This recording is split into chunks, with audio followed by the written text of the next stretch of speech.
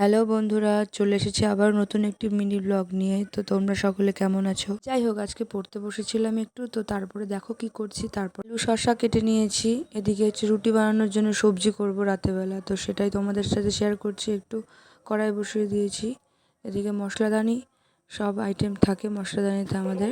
তেল গরম করার জন্য বসিয়ে দিয়েছি, এদিকে দিয়ে দিলাম ফোড়নে হচ্ছে 5 ফোড়ন, সাথে লঙ্কা আর একটু তেজপাতা, একটু আদাও দিয়ে দিয়েছি ফ্লেভার হওয়ার জন্য।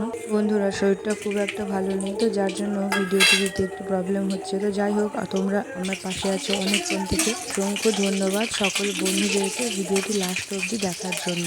আর হ্যাঁ বন্ধুরা, ভালো লাগলে অবশ্যই একটু লাইক আর সাবস্ক্রাইব করে দিও।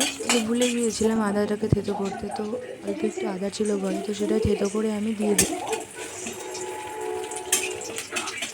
কেটে রাখা সবজিগুলোকে নুন আর হলুদ মিশিয়ে আমি তেলে ছেড়ে দিলাম।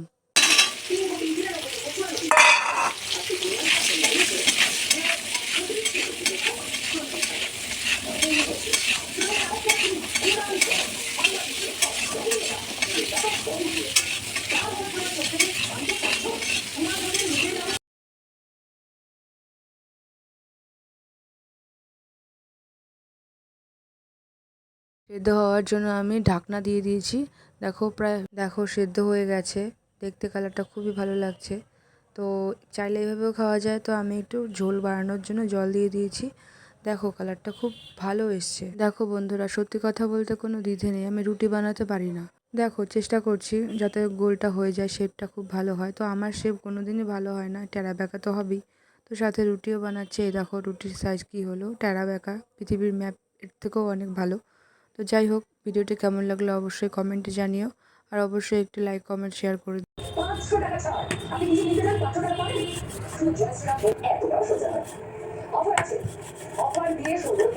আজ মার শরীরটা ভালো নেই দেখে আমিই করছি রাতের খাবারটা, তো ভাবলাম তোমাদের সাথে এই মুহূর্তটা একটু শেয়ার করে নিই, তাই একটু ভিডিওটি তোমাদেরকে শেয়ার করে দিলাম।